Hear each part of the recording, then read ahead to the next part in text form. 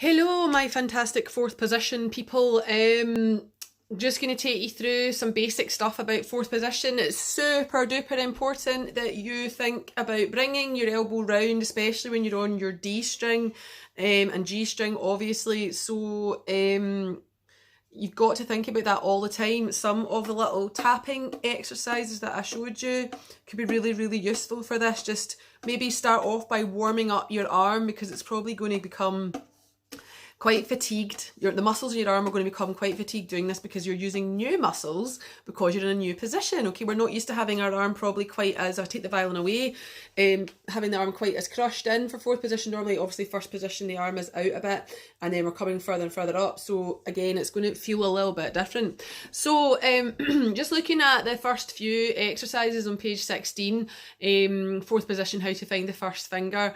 I think most of these are quite self-explanatory. They might feel a little bit strange having to do those wee shimmies up and down, but I think you should all be able to do this right now by now because you've done third position and second position, so you'd be quite comfortable with that. So let's just play. I'm just going to play you number 43, which is we know where to place the first finger.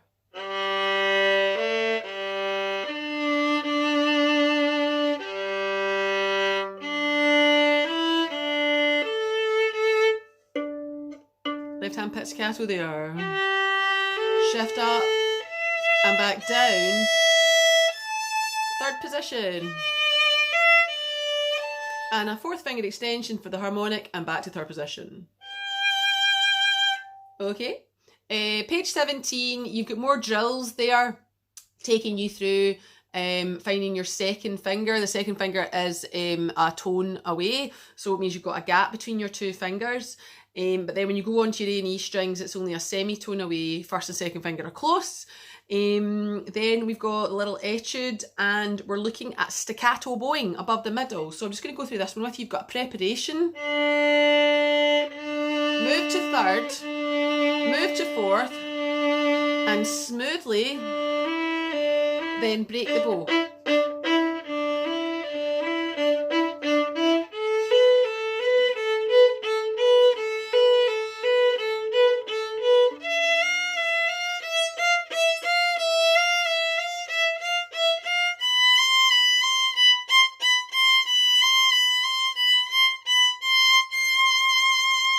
Okay, so just a wee example there.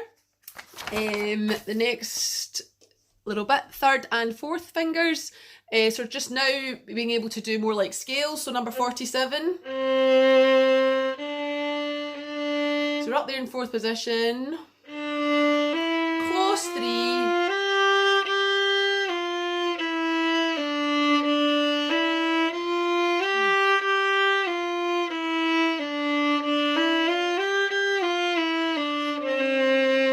Ending in third position, going up onto, let's try E string, close to,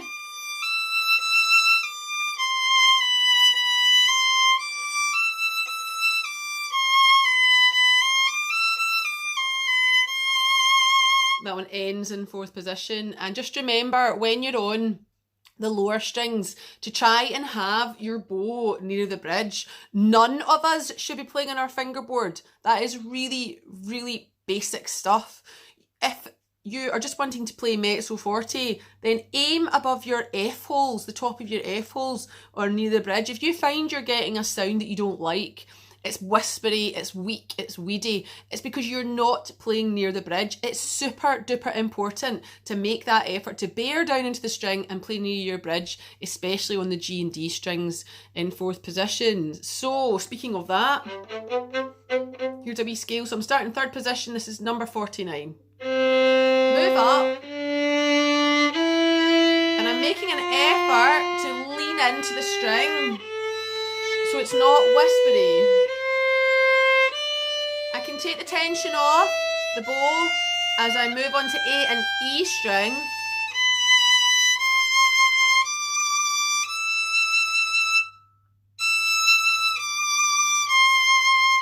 Elbow coming up. Elbow up again. Thinking about your bridge. Elbow up.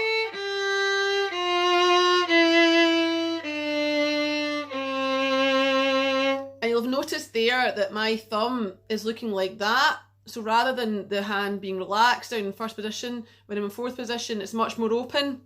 Whoa, and I'm feeling that now. I'm really feeling that. So if you are feeling a little bit of tension in your wrists, mine crack a little bit now because the gym and doing weights and stuff like that, it's completely kind of goes against doing violin, so I need to be quite careful. But just give yourself, do some little circles, then do some back and forth if that's feeling a wee bit tight. Right, this is the sonatina theme. So starting in third position, then we've got some little shifts up to fourth. Moving up. Note the thumb.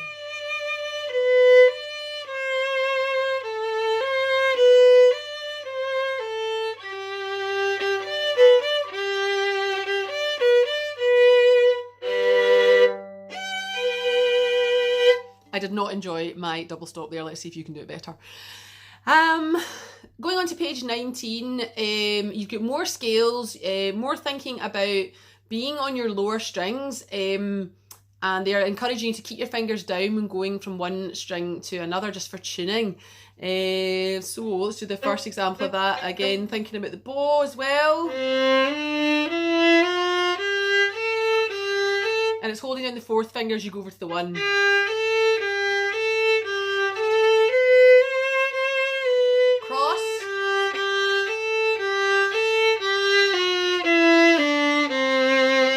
Notice my sound production did not suffer there because I was bearing down and I was playing near the bridge. It's really, really important that you think about sound production, and to be honest with you, doing these exercises, it's going to fix a lot of things you're going to have to fix. If you've got poor bowing technique, now's the time to fix it.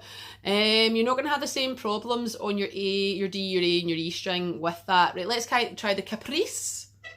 Okay.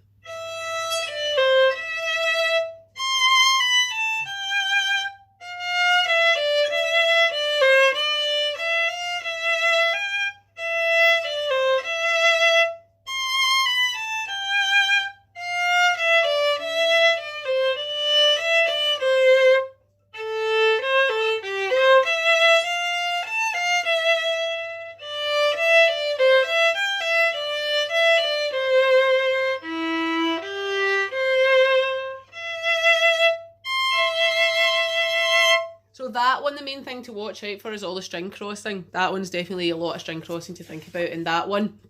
And of course, thinking about how you lean into the string and raise your elbow, raise your bowing elbow.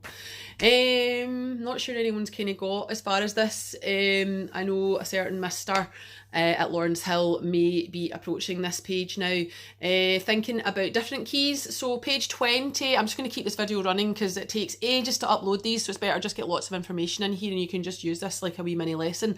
Right, so thinking about the F major scale, I'm just going to take you through. This is exercise 53. And then we start the scale.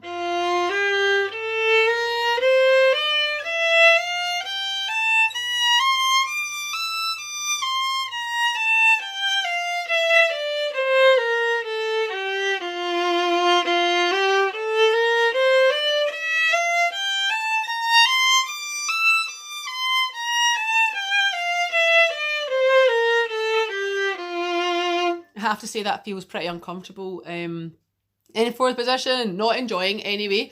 You need to just do it. If you are finding the tuning a wee bit of an issue there, maybe try doing different rhythms.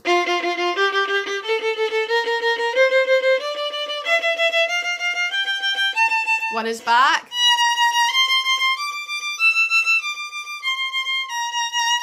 That's where I particularly found I thought the intonation, my own intonation was slightly out. So just be aware of that could happen. Right, a sweet song. Good luck with the sight reading for me. So a sweet song, this is you doing a piece now in F major.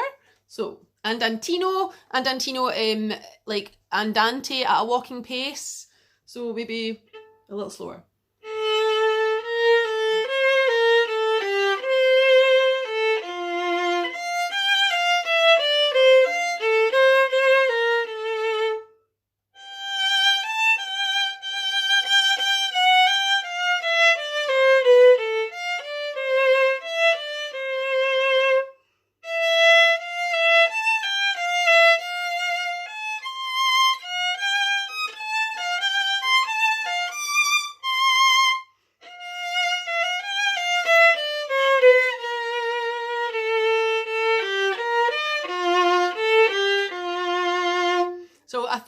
the worst bits in there. It's when the dotty rhythm starts to happen. The third line down, second last bar there. So